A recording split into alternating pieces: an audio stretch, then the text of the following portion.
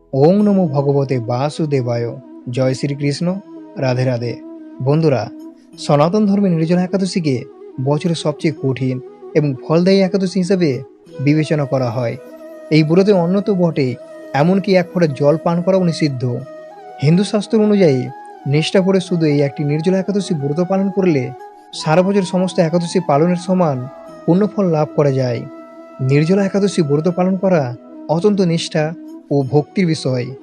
নাম থেকে অনুমান করা যায় যে এই ব্রত সম্পূর্ণ নির্জলা থেকে পালন করতে হয়। এই একাদশীকে ভীমসেনী একাদশীও বলা হয়ে থাকে।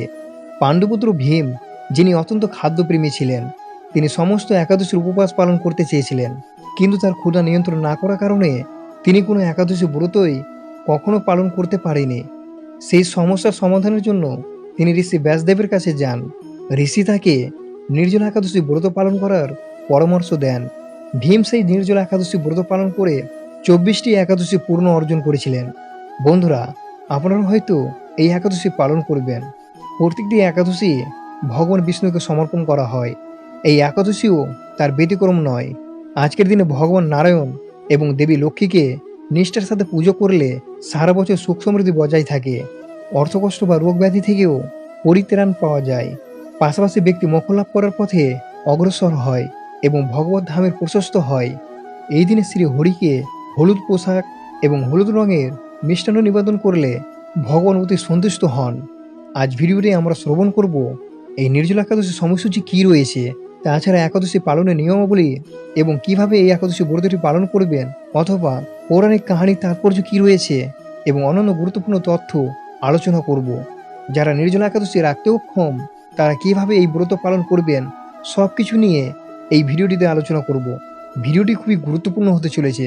আপনারা যদি চ্যানেলে নতুন হয়ে থাকেন, তাহলে চ্যানেলটিকে সাবস্ক্রাইব করে একটি লাইক করে দিবেন এবং কমেন্টে ভক্তি ভরে শ্রদ্ধা দিয়ে জয় শ্রীকৃষ্ণ জয় লিখতে ভুলবেন না এই শুভ দিনটিতে।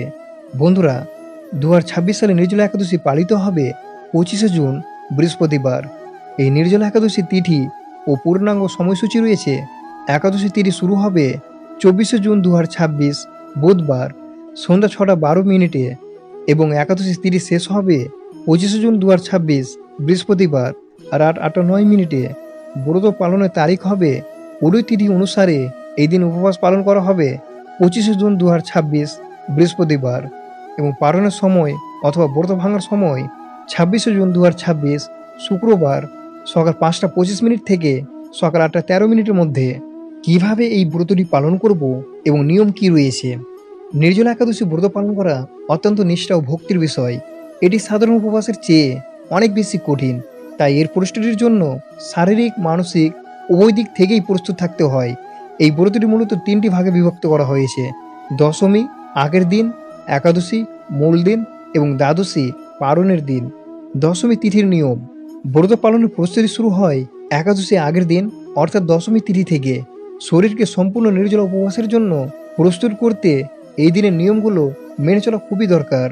দশমীর দিন সম্পূর্ণ নিরামিষ এবং সাত্ত্বিক খাবার গ্রহণ করতে হয়। এই দিনে পেঁয়াজ, রসুন, মসুর ডাল, বেগুন এবং যে কোনো ধরনের আমিষ খাবার কঠোরভাবে বর্জনীয় করা হয়েছে। দশমীর দিন সূর্যাস্তের আগে মাত্র একবার পেট ভরে অন্ন গ্রহণ করা উচিত। রাতের বেলা খাবার এড়িয়ে চলাই ভালো। খুব ক্ষুধা পেলে সামান্য দুধ বা কলা খাওয়া যেতে পারে। এই দিন থেকে ব্রহ্মচর্য পালন শুরু করতে হয় এবং মনকে সমস্ত রকম খারাপ চিন্তা, লোভ ও ক্রোধ থেকে দূর রাখতে হয়। রাতে ঘুমানোর আগে অবশ্যই ভালো করে দাঁত মেজে মুখ পরিষ্কার করে নেওয়া উচিত, যাতে দাঁতের ফাঁকে কোনো খাবারের টুকরো আটকে না থাকে। একাদশী তিথির নিয়ম: এটি হলো ব্রতের মূল দিন। এই দিনে এক ফোঁটা জল বা কোনো খাবার গ্রহণ করা সম্পূর্ণ নিষিদ্ধ। ভোরে সূর্যোদয়ের আগে ঘুম থেকে উঠতে হবে। এরপর পবিত্র নদীতে স্নান করা সবচেয়ে ভালো। তবে তা সম্ভব না হলে বাড়িতে স্নানের জলে কয়েক ফোঁটা গঙ্গা জল মিশিয়ে স্নান সেরে নিতে হবে।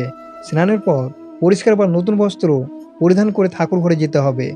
ভগবান শ্রীবিষ্ণুর সামনে হাত জোর করে ব্রতের সংকল্প নিতে হবে এবং সংকল্পের সময় মনে মনে বলতে হবে, হে ভগবান শ্রীহরি, আমি আজ সারাদিন ও রাত অন্ন জল ত্যাগ করে নির্জলা একাদশী ব্রত পালন করব। কৃপা করে আমাকে এই কঠিন ব্রত সম্পূর্ণ করার শক্তি ও ধৈর্য প্রদান করুন। পূজাবিধি কি রয়েছে? ভগবান বিষ্ণু এবং মা লক্ষ্মীর মূর্তিতে গঙ্গা জল ছিটিয়ে পরিষ্কার করে নিতে হবে।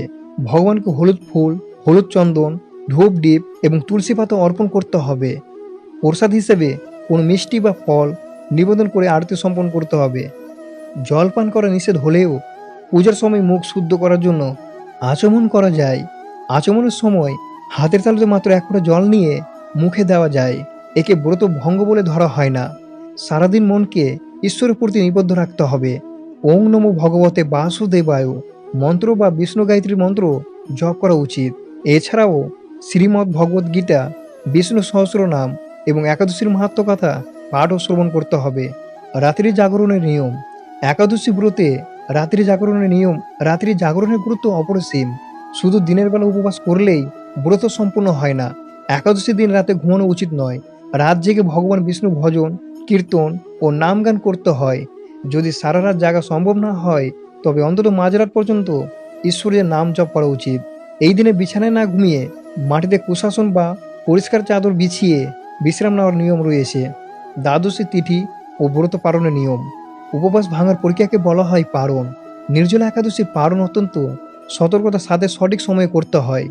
দ্বাদশী দিন সকালেও ভোরে উঠে স্নান সেরে ভগবান বিষ্ণুর আরাধনা করতে হয়। পালন করার আগে ব্রাহ্মণ বা দরিদ্রের দান করা বাধ্যতামূলক। গ্রীষ্মকাল হওয়ায় এই দিনে জল ভর্তি মাটির কলস, ছাতা, হাত পাকা, জুতো, ফল ও বস্ত্র দান করার বিশেষ বিধান রয়েছে। পঞ্জিকায় উল্লিখিত নির্দিষ্ট পালনের সময়ের মধ্যেই উপবাস ভাঙতে হবে। পালনের সময় পার হয়ে গেলে বা খুব আগেই উপবাস ভাঙলে ব্রতের সম্পূর্ণ ফল পাওয়া যায় না। কি দিয়ে পালন করবেন? নির্জলা ব্রত ভাঙার সময় প্রথমে ভগবান বিষ্ণু চরণামৃত পান করা উচিত। দীর্ঘক্ষণ পেট খালি থাকার পর একেবারে ভারী খাবার না খেয়ে প্রথমে লেবু জল বা শরবত পান করতে পারেন। এরপর সাত্ত্বিক আহার গ্রহণ করে ব্রত সম্পূর্ণ করতে হয়। এই ব্রত চলাকালীন কিছু কাজ কঠোরভাবে এড়িয়ে চলতে হবে। উপবাসের সময় কারোর সাথে ঝগড়া করা, মিথ্যা কথা বলা বা কারো নিন্দা করা সম্পূর্ণ নিষিদ্ধ। এতে ব্রতের ফল নষ্ট হয়। একাদশীর দিন চুল, দাড়ি বা নখ কাটা উচিত নয়। বন্ধুরা, এবার আমরা শ্রবণ করব নির্জলা একাদশী ব্রত করলে ভক্তদের কি লাভ হবে। এই কঠোর ব্রত পালন করলে ভক্তদের জীবনে আধ্যাত্মিক, মানসিক এবং শারীরিক সব দিক থেকেই অসীম লাভ হবে। আধ্যাত্মিক ও ধর্মীয় লাভ। মানব জীবনে সারা বছর ধরে সবকটি একাদশী পালন করা অনেকের পক্ষেই সম্ভব হয়ে ওঠে না। ব্রহ্মবৈবর্ত পুরাণ ও অন্যান্য হিন্দু শাস্ত্র অনুযায়ী শুধুমাত্র নিষ্ঠা ভরে একটি নির্জলা একাদশী ব্রত পালন করলে সারা বছর বাকি 23টি একাদশী পালনের সমান পুণ্যফল লাভ করা যায়। বিশ্বাস করা হয় এই কঠোর ব্রত পালনের মাধ্যমে মানুষের জন্ম জন্মান্তরে সঞ্চিষ্ট সমস্ত পাপ ও নেতিবাচক কর্মফল বিনষ্ট হয়। আত্মা সম্পূর্ণভাবে শুদ্ধ ও পবিত্র হয়ে ওঠে। স্কন্দ পুরাণ অনুযায়ী নির্জলা একাদশীর দিন যিনি উপবাস থেকে ভগবান বিষ্ণু আরাধনা করেন, মৃত্যুর পর যমদূতরা তার কাছে ঘেঁষতে পারে না, বরং ভগবান বিষ্ণু দূতরা তাকে পুষ্পক্রতে চড়িয়ে বৈকুণ্ঠ ধামে নিয়ে যান। অর্থাৎ এই ব্রত মোক্ষ বা জন্মমৃত্যু চক্র থেকে মুক্তির পথ সুগম করে।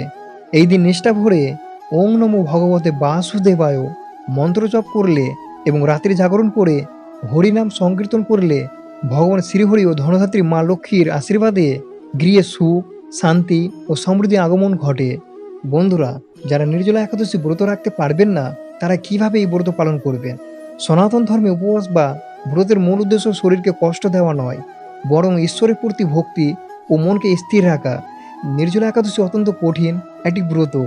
শিশু, বয়স্ক, গর্ভবতী নারী বা যারা শারীরিক অসুস্থতার কারণে সম্পূর্ণ জল ও আহার ছাড়া থাকতে পারবেন না, শাস্ত্রও তাদের জন্য বেশ কিছু সহজ বিকল্প নিয়মের কথা বলেছে।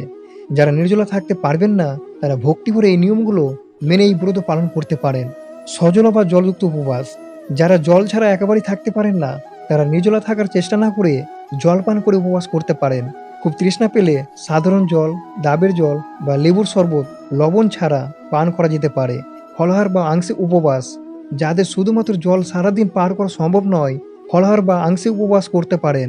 সারাদিনে ক্ষুধা পেলে যে কোনো ধরনের টাটকা ফল, কলা, আপেল, আম, পেঁপে, তরমুজ খেতে পারেন। দুধ বা দুধের তৈরি খাবার যেমন ছানা, দই খাওয়া যেতে পারে। সাত্ত্বিক আহার গ্রহণ। অসুস্থ ব্যক্তি যাদের নিয়মিত ওষুধ খেতে হয় তাদের জন্য খালি পেটে থাকা ক্ষতিকর হতে পারে। যারা কিছু নির্দিষ্ট খাবার গ্রহণ করে একাদশী পালন করতে পারেন। কি খাবেন? সাবুদানা, আলু, মিষ্টি আলু, বাদাম এবং বাজরা বা কলাইয়ের আটার তৈরি খাবার খাওয়া যায়। রান্নায় সাধারণ লবণের বদলে সৈন্দব লবণ এবং তেলের বদলে ঘি ব্যবহার করা উচিত। বন্ধুরা, এই একাদশী পৌরাণিক গল্প এবং ব্রত কথা কি রয়েছে পঞ্চপাণ্ডবরা ধর্ম ও নিষ্ঠার প্রতীক ছিলেন। যুধিষ্ঠির, অর্জুন, নকুল, সহদেব এবং মাতা কুন্তী একাদশী ব্রত পালন করতেন, কিন্তু বিপত্তি বাঁধল মেজ ভাই ভীমকে নিয়ে। ভীমসেন ছিলেন বিশাল দেহের অধিকারী এবং তার খাদ্য গ্রহণ ও হজম করার ক্ষমতা ছিল অপরিসীম। তার পেটে বৃক্ষ নামক এক বিশেষ অগ্নি ছিল, যার কারণে তিনি কখনোই ক্ষুধা সহ্য করতে পারতেন না। সবাই যখন একাদশী দিন উপবাস করতেন, ভীম তখন হতাশ হয়ে পড়তেন।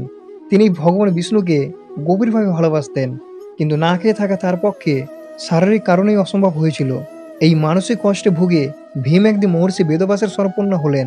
তিনি বললেন, হে মহর্ষি, আমার ভ্রাতারা এবং আমার মাতা আমাকে একাদশীর দিন উপবাস করতে বলেন, কিন্তু আমি যে ক্ষুধা সহ্য করতে পারি না। আমি ভগবানকে ভক্তি করে ডাকতে পারি, কিন্তু না খেয়ে থাকা আমার পক্ষে সম্ভব নয়। আমাকে এমন কোনো উপায় বলুন যাতে আমি স্বর্গেও যেতে পারি, আবার আমাকে বারবার উপবাসও করতে না হয়। ভীমের এই সরলতা দেখে মহর্ষি বেদব্যাস হাসলেন। তিনি বললেন, ভীম, তুমি যদি নরক থেকে বাঁচতে চাও এবং স্বর্গলাভ করতে চাও, তবে জ্যৈষ্ঠ মাসের শুক্লপক্ষের একাদশীতে তোমাকে একটি বিশেষ উপবাস করতে হবে। এই দিনে তুমি এক ফোঁটা জলও পান করতে পারবে না। যদি তুমি এই একটি দিন কঠোরভাবে উপবাস করতে পারো, তবে তুমি সারা বছরের সব একাদশীর ফল একসাথে পাবে। মহর্ষির আদেশে ভীমসেন নিজের সমস্ত শক্তি ও ইচ্ছা শক্তি একত্রিত করে সেই কঠিন ব্রত পালন করেছিলেন। এই কারণেই এই পবিত্র দিনটির নাম হয়ে যায় ভীমসেনী একাদশী।